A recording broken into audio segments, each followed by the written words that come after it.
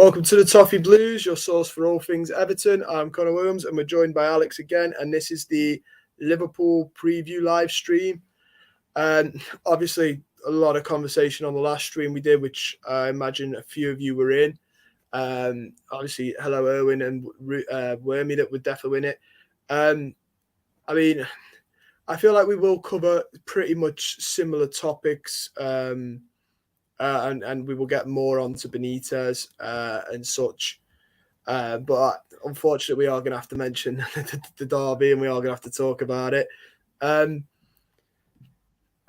Firstly, we've said on the previous one, this is probably the least optimistic we've felt for a while.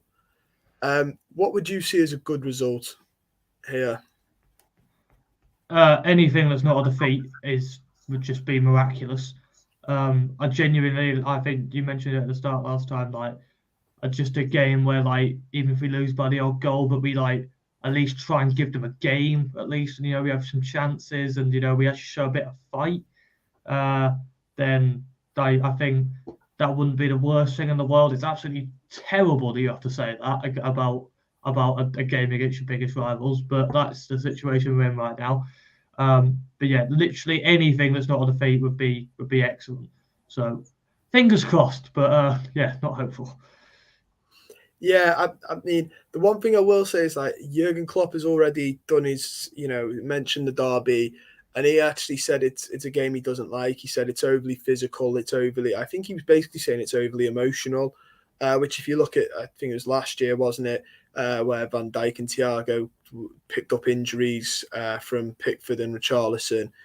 You can sort of see what he means. From his point of view, you can see what he means. He lost, one of their better centre-backs for basically the season after last year. For me, that's a massive positive and should be Benitez's game plan. I think if he doesn't want a physical game, you should go and give them it. He's mentioned it about Burnley in previous times and the physicality Burnley play at. Do you think this could be our way of, sort of, even if it's not pretty, the scrappy sort of dogs of war type mentality? Do you think that could be the best way moving forward in this? Well, I mean, one positive you've got to take out of it is that at least we've got a manager who knows exactly what a Merseyside Derby is like, and knows it at a time where we were a lot more competitive in them than we are now. So that's what I mean. I think that is, I think, the minimum our fans expect, especially in a derby. You expect it in any game, but the players need to show on Wednesday that they actually care. No matter how they actually perform, they need to show they care, and they need to all show that they're giving their all, because you've got to give your all in a derby. I get what Klopp says, and I've got, it's been cleared for a long time that he doesn't. I don't think he fully understands the value of the derby. I don't know if it's to do with the football that he grew up in Germany or whatever, but I think he's underestimated us with the teams he's put in before and stuff like that. And I mean, I say underestimated, it's usually worked out for them anyway, but he's got the idea that their fans aren't really that bothered because, let's be honest, Liverpool are quite a few standards above us. And so he has in his head that it should just be another game for them. Whereas we're the complete opposite, and that's something that I'd hope Benitez would understand. And I think the players need to understand that as well, and they need to understand that they just need to give their all basically on Wednesday. Yeah, no, I agree, and I do think this is something with.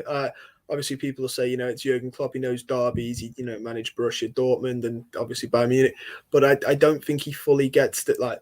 It's dubbed the friendly derby, but it's got the most red cards in history or in the English Premier, football derbies sort of thing. It's not a derby in such where two teams play football and try and out football each other. In the past, it has been known as, I'm not going to say violent, but rough. It's been known for its fair share of rough tackles. And when he plays against Burnley, like I said, I don't think he fully likes the physicality that English football can bring, and the teams that do play. It's very rare now in the Premier League anyway. But I don't think he likes the teams that play physical. And and the Merseyside Derby is one of them. Like you said, sometimes I do get the feeling he's a bit blasé run, but for us as Everton fans, I know we majority of the time dread it and normally end up, dreading it afterwards. But it's a big, it's a big game for us. It's the one that people look at straight away when the fixture lists are out. It's not lost its touch. It's still very much an important and integral part of our season, even if, realistically it doesn't always end well for us. Yeah, definitely. And I think a lot of their fans would say that, and whether they want to admit it to themselves or not, but they care about it a lot as well. Like the majority of their fan base, they want to beat us just as much as we want to beat them. And I mean, I hate to bring it up, but I can remember when in that FA Cup game a few years ago when they picked that side that was just full of the youngsters. I remember a lot of their fans just kicking off and saying that this is mental that we're underestimating this game so much, and as I say, works out for them anyway because it's them.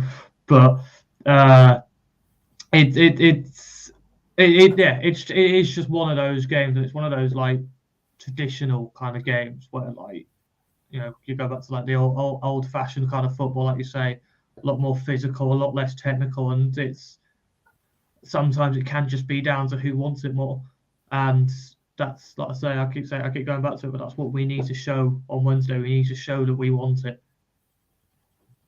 Yeah, because I mean, and I know, I agree with you. I think a lot of their fans do care, but I know every now and then they sort of, I think they do it purely to get bites, but they, or if they're not from, certain fans will say that United are their biggest rivals, that game's more important, yada, yada.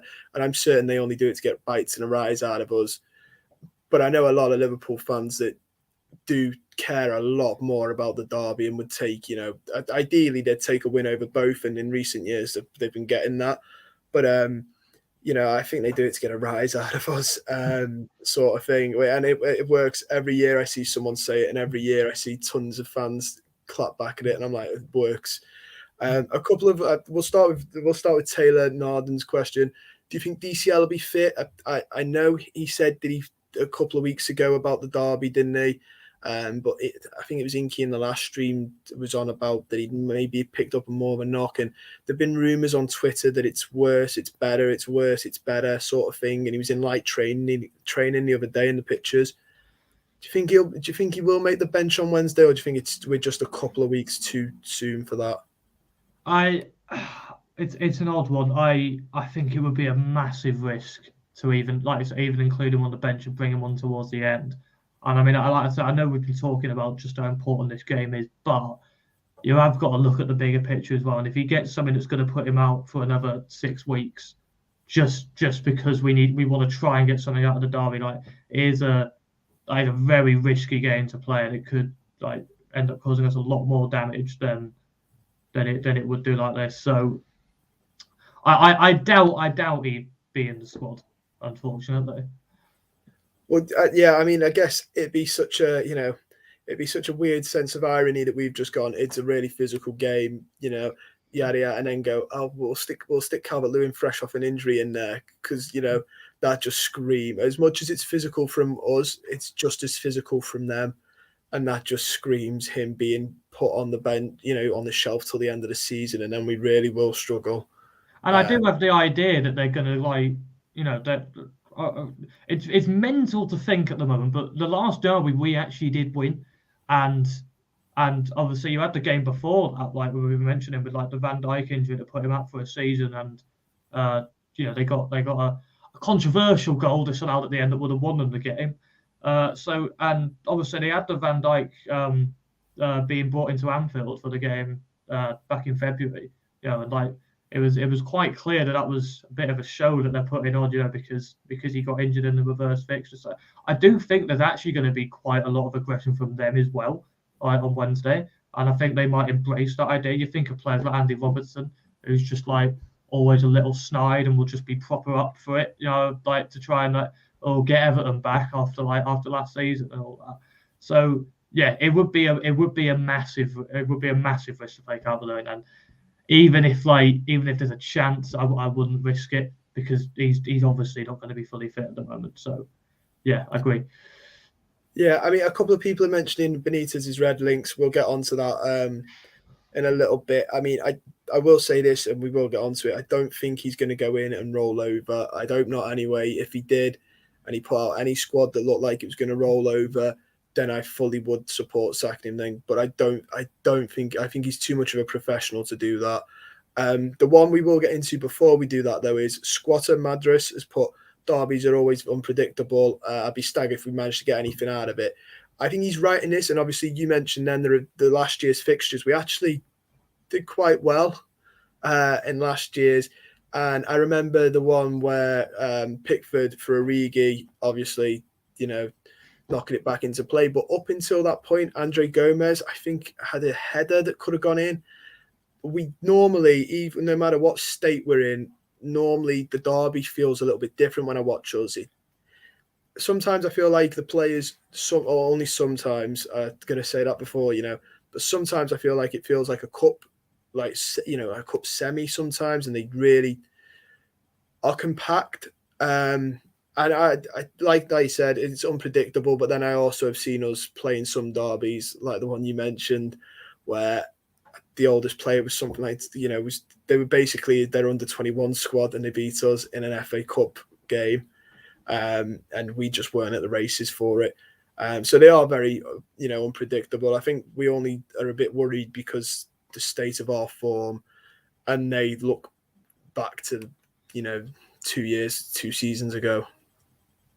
Well, yeah, I actually think it probably links back to what you were saying before about Klopp just trying to drill it into the players that it's just another game. Whereas I don't think they've ever had a manager before who's really been like that. And don't you think, like, if you've got one team that's particularly up for a game just against another team that's just treating it like another game, that's where that difference in quality becomes less important, because it's made up for the fact that the team with the lesser quality is going for it more. So yeah, I agree. A lot of the time, you can only really think of that time under Silva was the last time we've been battered in a while. And even then, we still scored twice. And that was the season where they just beat every team they came up against basically that year, as they went on and won the league. And we still managed to get two against them when we're even as bad as form as possible.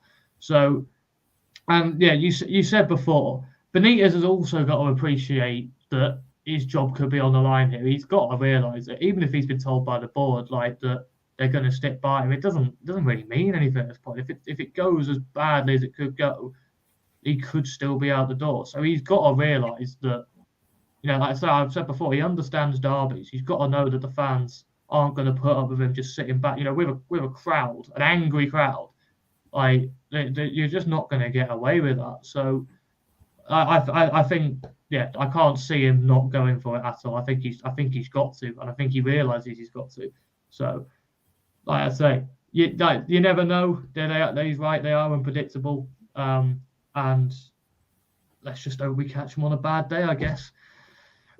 Yeah, I mean, I do. Yeah, we'll get onto the fans and the atmosphere regarding. But I do like you said, he's a professional, and he can't do any less because, and I think fans will then vent for his head, and any manager that sets up to sabotage a game deservedly will be put out the door very quickly. I think it's worth mentioning, though. We'll get onto the atmosphere now because he's going to be a big talking point in this game. This derby very much feels like the Rafa Benitez derby because of how rare this is. A former Liverpool manager, former Liverpool legend. There's some people with Rafa Benitez tattoos from the Champions League winning stuff that are Liverpool fans support. He's now managing their rival team. The atmosphere is going to be interesting. Nothing short of that. And like someone said before, it very much could end up with the away fans chanting his name more than the home fans. And ultimately, I think, I don't know, like someone's put it here, the Agent Rafa songs and banners, that just puts him in a little bit of a tough space, but that puts the fans in such a tough place. Oh, you know for a fact it will happen. They'll go one goal ahead and it will start. Even just one goal ahead. You've seen what they've been like the last few weeks with like the Ollie chants and stuff like that to get United fans. And you can't blame them, to be honest. You know we'd be exactly the same. If Howard Kendall had gone to Liverpool at the end of his career and he'd come to Goodison and we'd beaten them, we'd be all over it. We'd absolutely be adoring it because of course you would. And yeah, that is gonna add an element you just never imagine to it, and it's just gonna somehow make it even more unbearable than it is before. But like you say, Goodison is going to be fuming on Wednesday, and I mean, I'd like to think the fans are at least at first going to just try and channel that anger towards it just being Liverpool, like they always do. Like you think back to a few years ago when they came here trying to win the league, and like we made just Goodison was just like a bear pit, and like really like you could almost tell just got under them, and we managed to get a draw out of that. So you'd like to hope that we can at least try and do that at least for a while we're still in the game at first. But yeah, it's definitely not going to be a fun one. Like once it starts going wrong, if it starts going wrong, you never know. But yeah, no, I mean, I feel like it's the added situation is just throwing petrol on a house fire, really, isn't it? It's always quite an angsty match. No matter what our form is or their form is, it's always an angsty fixture. But the fact that he's involved and he's slap bang in the middle of it, and the media will play on it as well because that is the biggest talking point of that game, isn't it? You know, Rafa Benitez facing Liverpool as Everton manager. That's the main talking point that everyone's going to mention. But yeah, I mean, like you said, we could do a surprise. I mean, the problem for me is like this Liverpool team. I was talking to a fellow the other day who's an Arsenal fan after they got beat by Liverpool, and he was saying we were both saying to each other, they're not like City, where if City are happy to, if there are 2 goals up, to sort of knock the ball around a little bit more. Liverpool are very relentless, and sometimes when you watch them, especially in that United game, it's almost like they don't want to just beat you. They want to see how many they can put past you once they're free flowing. Once they've knocked your confidence, it turns into a bit of a let's see how many we can get. With our defence, I'm a little bit concerned. yeah, I mean, I don't know why anyone wouldn't be like, and I linked back to what we were saying before. Like they are going to be angry. They can say it all they want. They want to beat us. They want to beat us badly after last season. Finally ended that derby curse. And the particularly long run at Anfield. That's finally over now. They're gonna want to get back at us now. And like the way they're playing at the moment, they're literally just scoring for fun. And as you say, you look at our defence and you look at the issues we have with our confidence. It's so finely poised right now. And it could so easily go wrong so quickly. And you just imagine, I mean, Goodison was bad enough when Watford stuck a few past us towards the end. But if it's Liverpool with Benitez, it's just crazy when you think about it. You couldn't really write it. So no, and like obviously, we spoke on the last one about our recruitment and how poor it's been. And I know their fans. I've got a couple on Twitter and a couple of family members, and their fans were sort of moaning this year at the lack of signings they made. But their starting 11, for comparison, our top goal scorer is Andros Townsend, who's played 13, got 3 goals, 2 assists. Theirs is Mo Salah, who's played 13, got 11 goals and 8 assists. His goal contribution is miles ahead of the games he's been involved in. And that's before you chuck in Firmino, Mane, and even Diego Jota. It looks like at times he scores for a bit of fun. And then on top of all that, they've got to come across Seamus Coleman, who probably has seen the better end of his career now at Everton. And Luca Dean, who is a good left back still. I know he's having a tough season. He's still a good left back. But in the middle of that, you got Michael Key. I'm hoping Yerry Mina's back, but there's no guarantee he'll be back, which is a shame because I think Yerry Mina, this is the type of match you'd want someone like that. Yeah, definitely.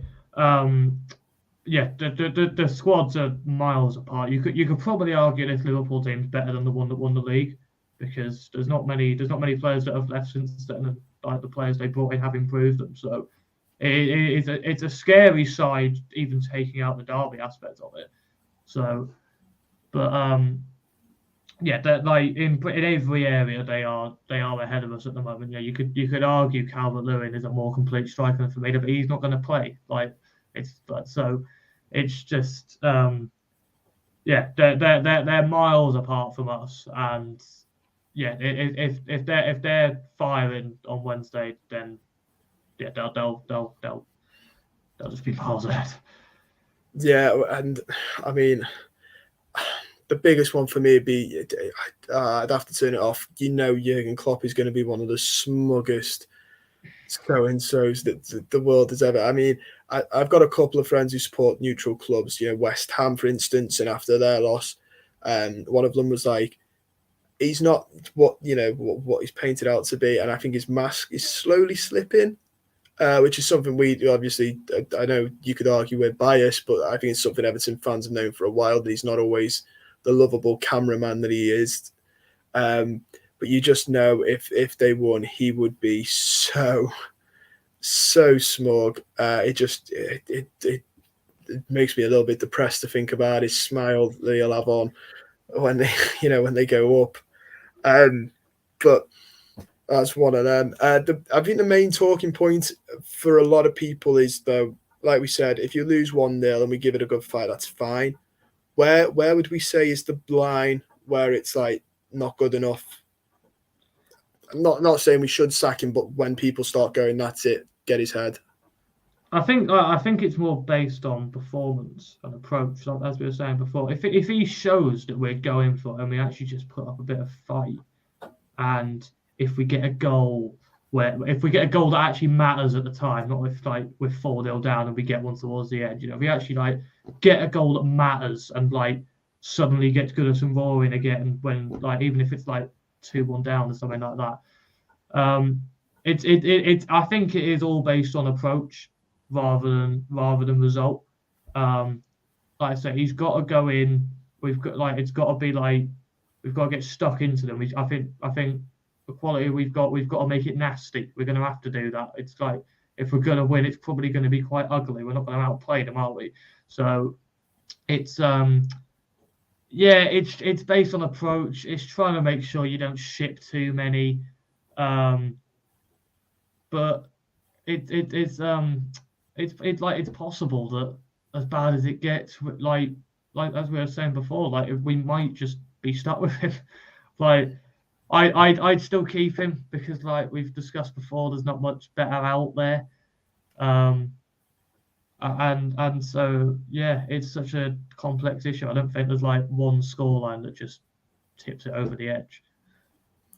No, Wormy's put here, and I didn't think about this, but this adds even more dread to it. He put, oh no, sorry, yeah, it was, yeah. He said, we can't really fail, because we're not expecting a win. I think we're all sort of at that moment we lose. So that massively plays into our favour. And we spoke about obviously it's performance, and someone said, they're unpredictable, the derbies. If we're going in expected to lose and we've got nothing to lose, there is all that chance that, that plays into our hand, because I think it's fair to say the expectation is on them. Oh yeah, definitely. And like, there's going to be so many aspects talked up in the build-up. We've mentioned them before. Like they'll be focused on Van Dijk. It's the first time he's played against us since his injury. And like there'll be loads of aspects, like and obviously Liverpool are in a title challenge right now as well, and are up against a team that are in a horrendous run of form. Like they are expected to beat us, and like if they underestimate it, and like I would say before, if he just says it's another game, then we could catch them out. So there are aspects to it like that. There is a bit of a case that we've got nothing to lose. And that's just linking to what I'm saying. Really, we've just got to go all out because there really isn't that much to lose. We're expecting to get battered. As long as we don't just completely fold, I don't know how much complaints people can really have. To be honest, we're kind of just set up to fail. Yeah, I mean, Squatter Madras has put here, and this is the scary one that I read before. The ground could be empty for the last 20 minutes if they're battering us, which, we saw people leaving during the Watford game. But the scarier thing is if the ground starts emptying out, there will be a lot. That means the away fans will be a lot more vocal. And then that's just going to turn Goodison into a bit of a them clapping Rafa sort of environment, which would be quite a sad thing. I mean, and like part of me does worry that that'll happen, but then I think looking at the other day, I can imagine a lot of our fans staying behind purely just to boo the team, boo the manager, boo, just vocally letting their thoughts known. Which obviously we spoke about for the away fans at Brentford, and if they've paid their money to go watch the game and it's not up to it, they are well within their right to let the team know that they're not happy. Obviously, as long as it doesn't cross the boundaries of abuse or stuff like that. But I mean, the one thing I've been I was meant to ask it on the last one is Rafa Benitez. If he was to go, say now we lose the derby quite a bit, roll over, it becomes unattainable. I remember when Silva was going, people were shouting, "He's got to go, Bill," to Ken Wright. Say now we have that exact repeat, and he goes. The one interesting thing to worth mention is he will obviously do media scrums afterwards. He'll speak about Everton. He'll speak about his time there. How do you think he'll conduct himself? Do you think he'll be professional, or do you have this underlying worry that he's sort of going to, laugh it off and sort of expose the running of the club? Because, I mean, we as outsiders question how it's ran, but from the inside in, it could turn quite embarrassing if he leaves and then goes, "That's the worst thing I've ever seen ran."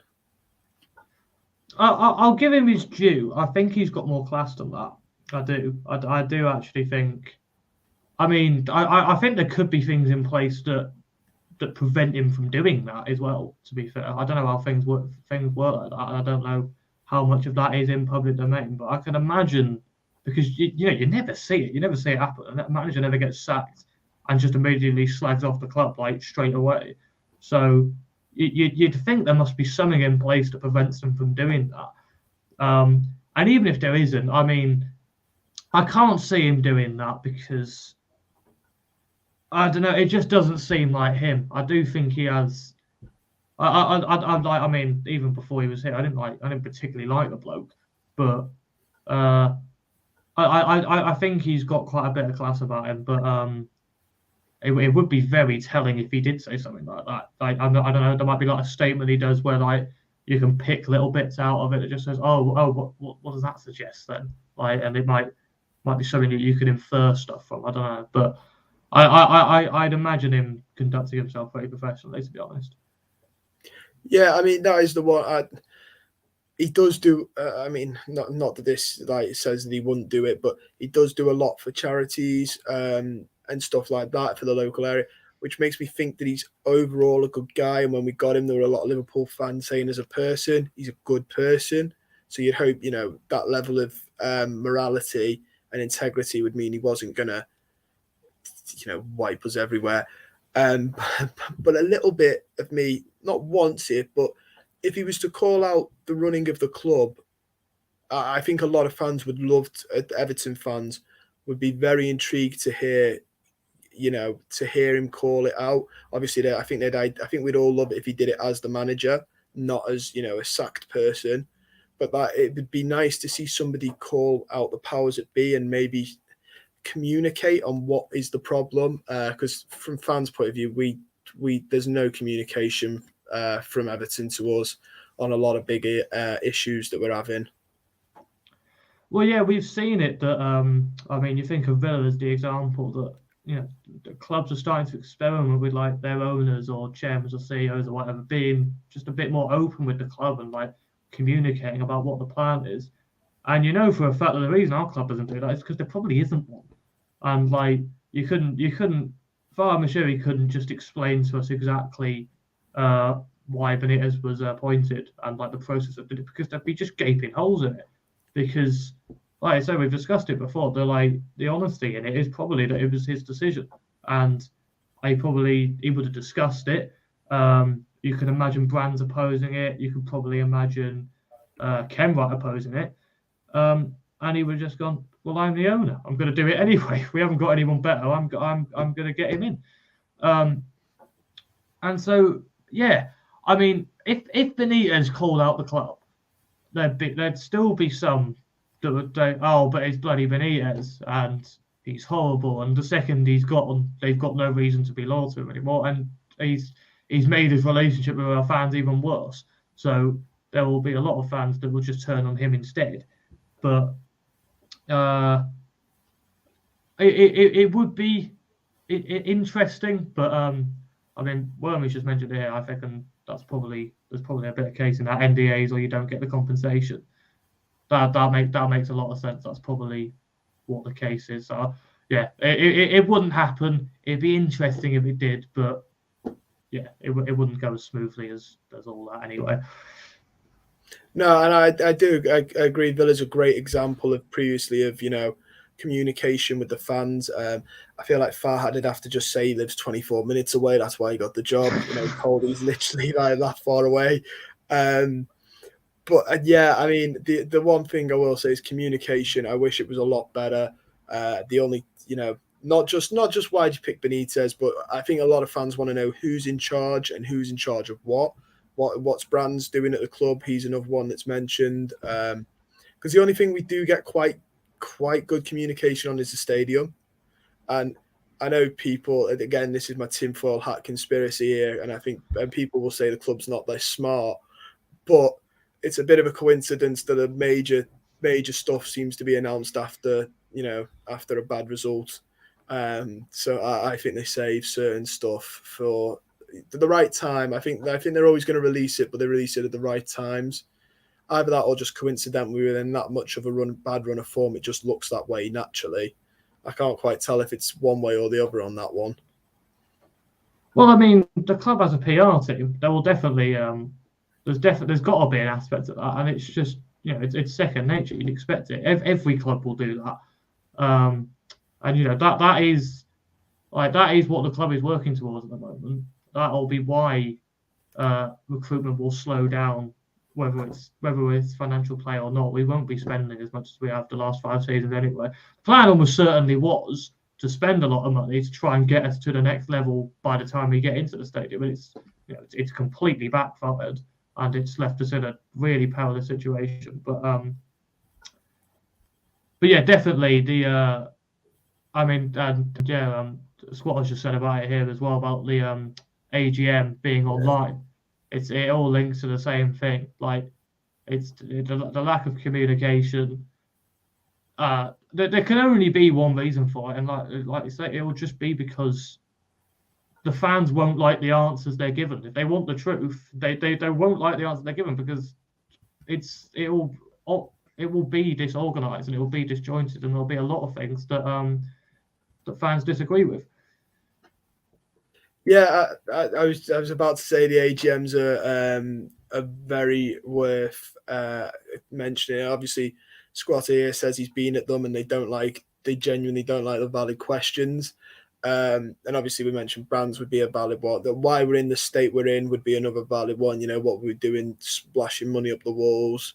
And like you mentioned PR, for instance, I know they've got a new PR manager this year because I saw the job advertised a couple of weeks ago. I do agree. It would help Everton massively in terms of relationship with fans because I think a lot of fans would want that.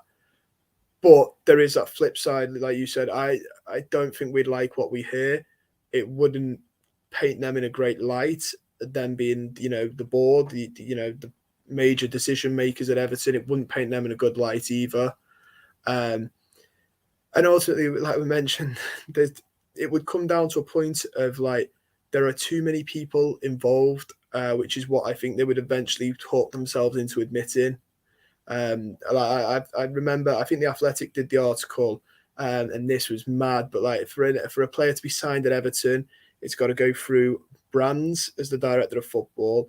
Farhad Mashiri's got to have an input in it. Bill Kenwright's got to add. I think they called it the personal touch. I don't know if that's just him giving them a phone call, and I don't know what that is.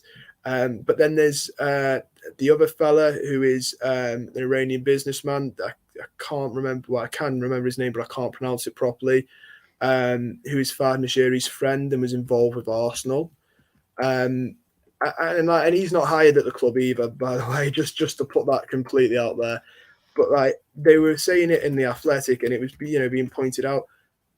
That's not a normal way to run a football club. You shouldn't need 4 people saying yes to a transfer. No, it's not. It's bizarre. And like I said, there's no reason for the club to do it. There's no reason for the club to tell us why they're doing things because it's just gonna be like unpopular and like it's not. We're not gonna be able to change anything out of it. We mentioned there as well. Denise Baxendale's more involved as well now. People are unsure what she actually does or what she brings. She just kind of got given the job as CEO, and that's just how it is now.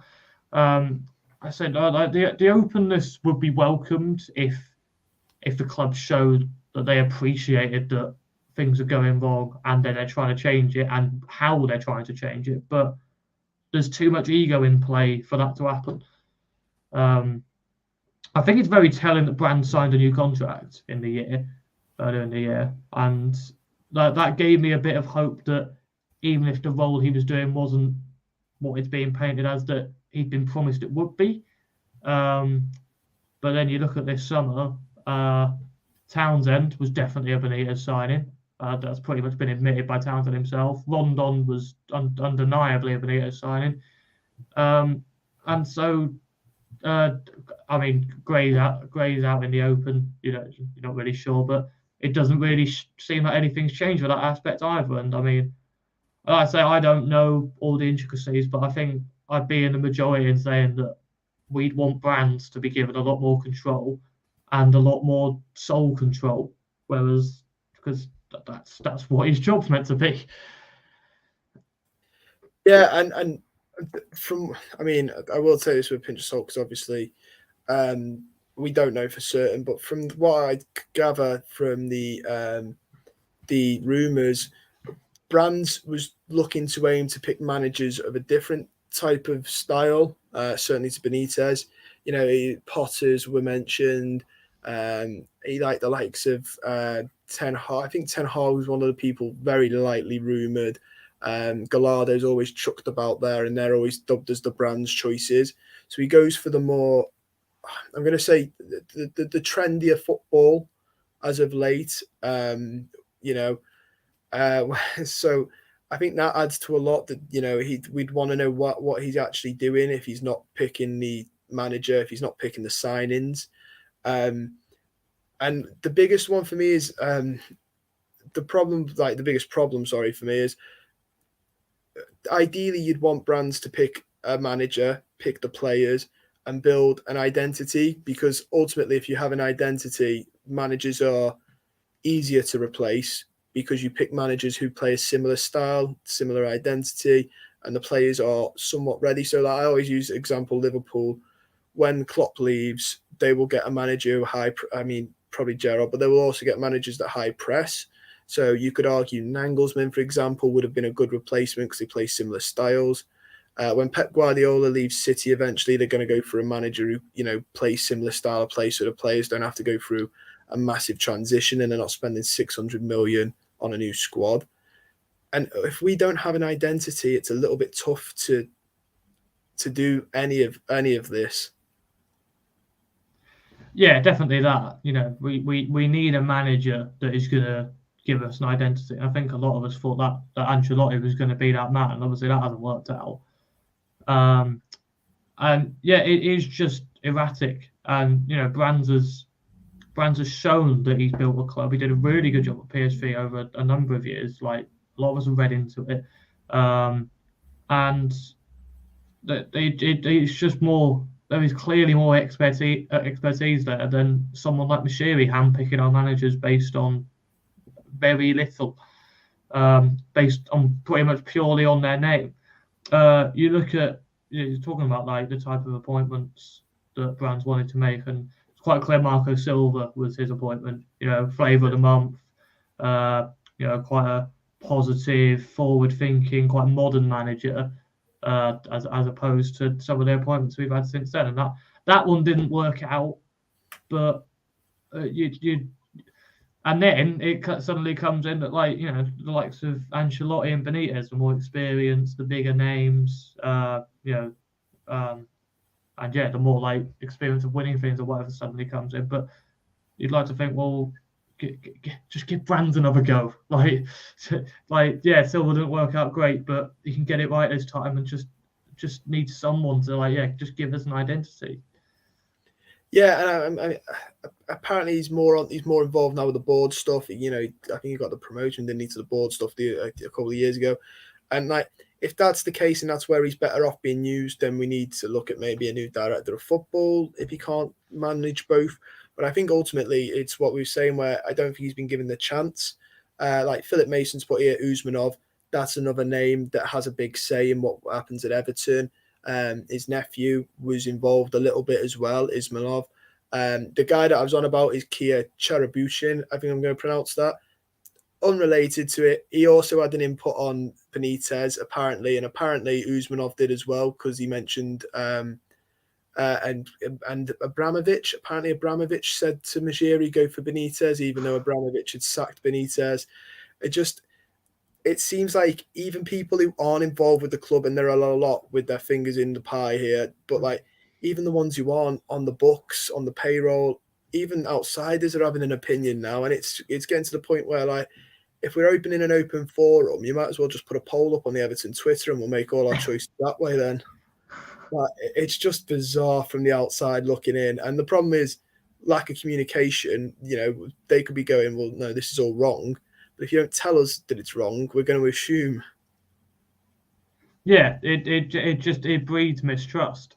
And yeah, it is just pure chaos. I don't think you can get away from that. Like that there isn't a clear structure, and you have to wonder why the director of model was even adopted in the first place if we're not going to use it how it's meant to be used. I mean, we had Steve Walsh in there for 2 years, which was a bizarre appointment because he's a scout. Like he had no experience in that role whatsoever, and a lot of our problems lie with those 2 years. And since then, it's just only got worse. And it's crazy to think that Moshiri appears on the surface to have gone, oh, look at how bad it's gone the last few years. Oh, I'll do it myself instead then, when he's got no expertise either. So yeah, it's just a mess, isn't it?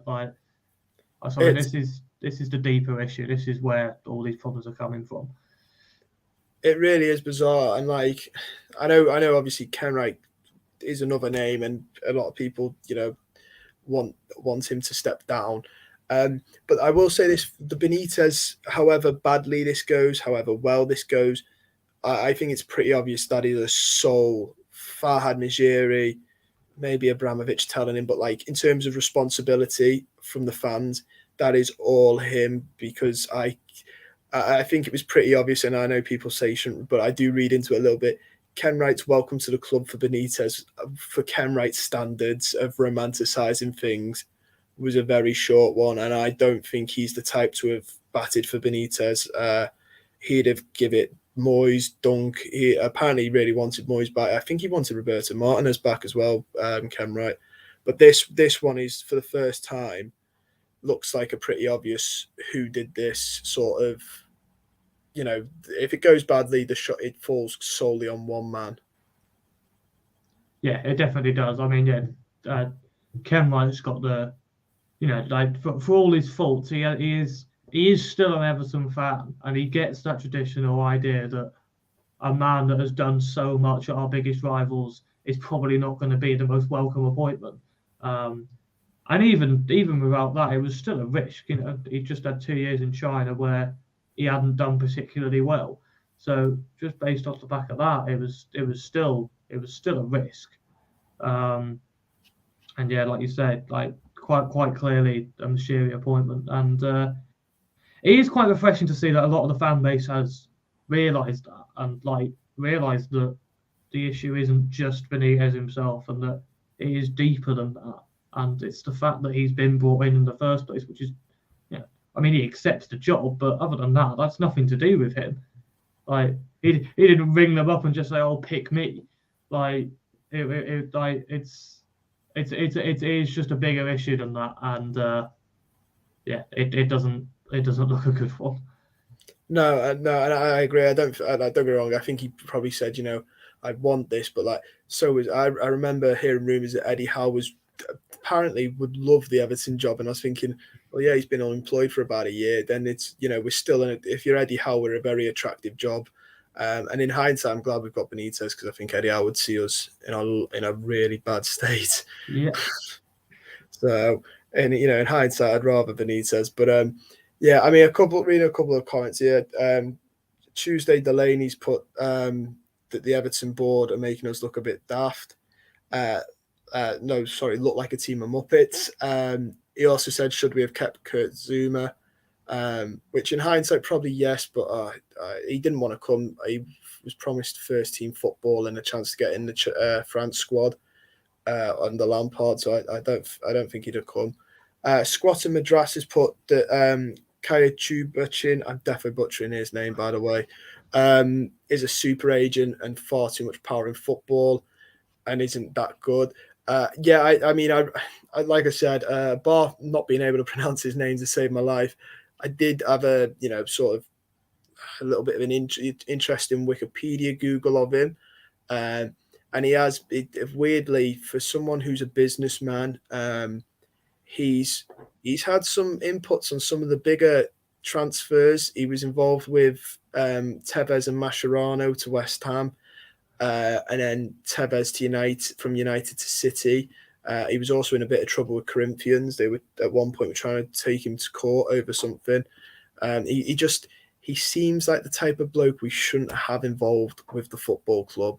He seems a little bit shady, and he seems like a name we should try and avoid messing around with. Oh yeah, definitely. It leaves a bad taste in the mouth and stuff like that. Like, I mean, yeah, I can't claim to know much about the bloke, but yeah, you do have a lot of nasty things that you just kind of want to ignore about what stuff's going on. I mean, Usmanov himself has got a pretty shady past to him, and you do have to wonder just how involved he is in with the club. Yeah, I didn't want to say this, but during my time of Googling people, Usmanov's Wikipedia is interesting, I'm going to say. And again, no one, that's another communication. How involved is he? Obviously, he has the branding, naming rights, but I think he's a little bit more involved than just that. But his Wikipedia page at times is quite an interesting read, and certainly ideally not someone you'd want to be sniffing around your football club. But that's one of them. Maybe that's why the club are keeping so in the dark about how involved he actually is. I know Panorama were investigating it about 3 years ago now, but it's one of them. Squatter Madras has put his company owed Tevez and Mascherano, which is why it was so complicated. So yeah, MSI thing, was it? Is that what it was called? Something like that. It was some like little acronym name. It was like third party ownership, which like isn't allowed in the Premier League, and they had to like change a load of rules to get around it. That will explain, yeah, and that'll explain why the United to City one as well. I mean, Tuesday Delaney's put that Everton has one of my favourite players, Kevin Moras. Yeah, we did. I don't know where Crinzen's asked where he's playing now. I don't know. I think he went back to Belgium. I think he's a free agent. I think I saw someone mention him the last week and just said, "Oh, just get him back for a laugh." Like, he can't do worse than Rondon. Imagine, might as well knock up Aruna Kone and ask what he's doing as well. Crinton's put here. To be honest, if it's safe money, if safe money is being pumped in, I'm not bothered. I think that's about Usmanov. I mean, I think it's a bit like the Saudi thing with Newcastle to an extent where it becomes a line of money. Is money over morality in certain areas. But to be fair, nobody knows how involved he actually is, other than the fact he's got naming rights over Finch Farm and the new stadium. I think he's got first refusal of. It's probably going to be USM Bramley Moore. Realistic. Well, it's sad because the thing you've got to think about is that Ken White has been under pressure to sell the club pretty much since he bought it. And similar to like the likes of Mike Ashley at Newcastle, they said that they wanted to hold on until he got someone in that he trusted would take the club in the right direction. And that's why he's still involved, because like he doesn't want to just completely relinquish control of the club that he loves. And he finally sold up to this guy, and suddenly all these dodgy links start coming in, and it just screams of ineptitude. Like, I don't know if like the pressure got to him when he agreed to like let Moshiri buy the stake or whatever, but that's just achieved nothing. Like there's no achievement there. Like you haven't got a legacy of like someone who took Everton through a transition stage and then sold them to get onto the next level, because it hasn't happened. And it's crazy. If you go down such a rabbit hole with this, honestly. I was going to say that Squatter Madras has put the same thing about being canny about the Usmanov thing, and if the naming rights is correct. And he's put that Ken Wright was only willing to sell the club to someone who'd keep him as chairman. That was an unnegotiable part. I didn't realise that he still wanted it, but like you said, it's a club he loves. I don't think he was ever going to give it over too easily. And I remember he turned out, I think Red Bull at one point was sniffing after us. And like in hindsight, I'm quite glad that didn't happen. Could you imagine us being RB Everton, playing in red and white or whatever? Which is what Vincent Tan did at Cardiff. It's not unknown that chairmans or owners come over and change the culture of a club. RB Leipzig, for example, would absolutely, I think their history got squashed, the original Leipzig, to create RB Leipzig. So, I mean, there's worse devils to have sold it to, but I agree with what you mean. Like, I saw a tweet before, and it was like, it's so Everton that that we could have a billionaire owner and be progressively worse. Yeah. And that spells it out, doesn't it? Well, it was always said under Moyes that, once we get a bit of money, we'll move on to the next level, and it just hasn't worked out like at all. Like no, that summer of 2017 when we spent like 150 million quid or whatever, and got all those players like Pickford and Sigurdsson and Keane, like all that money, and that was meant to be this is it now. We're going for the big time. This is like Champions League is now the aim and stuff like that. And it's just got worse. It's crazy. Like it's just all down to ineptitude and lack of plan and just so many things that we've just got completely wrong. Yeah, I mean, and I don't know. Like Crinsman's put here, we've lost stability, and that's ironically is what we need the most. Which is why I think we both sort of said, it's a bit hard. I didn't like him being announced as manager, not because of his Liverpool links as such, although there's obviously a little bit of that deep down that I probably don't want to admit, but a little bit because I didn't like his style. I didn't think he was going to be the right man to move us forward. But then I also don't think calling for him to be sacked is the right move, because we need stability, and there's no guarantee. Obviously, someone mentioned before, and we spoke about the Danish manager. I don't know enough about him to completely say it, but if we did sack him, we'd have to pretty much say whoever comes in, we've got to back for the next couple of years, because we can't keep doing this. And that was the attitude we had before we had Rafa. When Ancelotti left, like, right, get behind whoever's next because we need stability. And I mean, it's come back to bite us now slightly, but it could come back to bite us a lot worse if we keep doing this.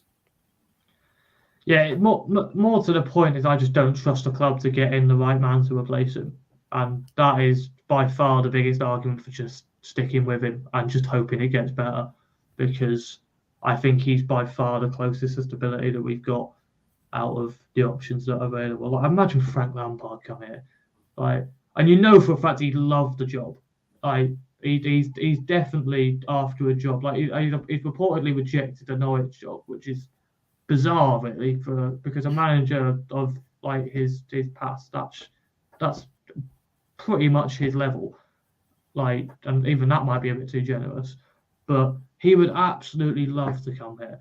Like, like we've got enough about us to attract Frank Lampard, but you just can't. It would be a disaster. I think anyone could see that, but you'd think that our club would be stupid enough to go for it.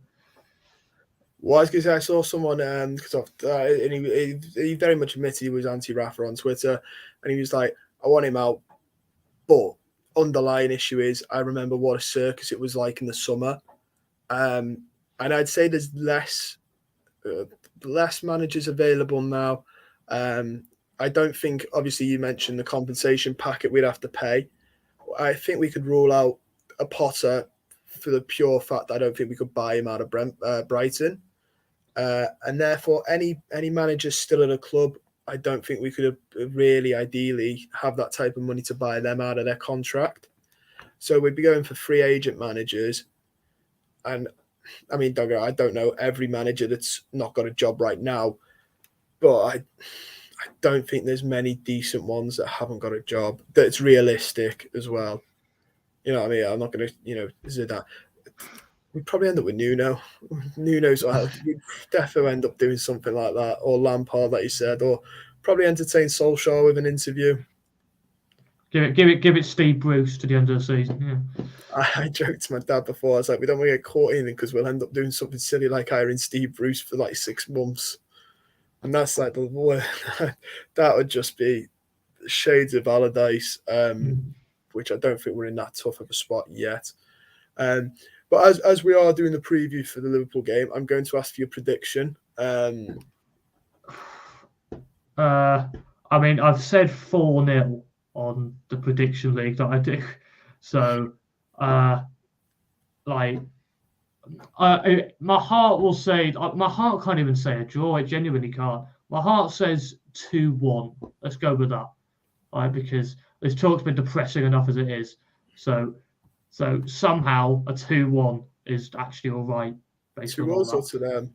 Oh, to them, obviously. Okay. I just had to double check. Yeah, I mean, it's always tough when people ask you predictions because in games like this, because you don't want to say it, but I genuinely think it's going to be 4-0.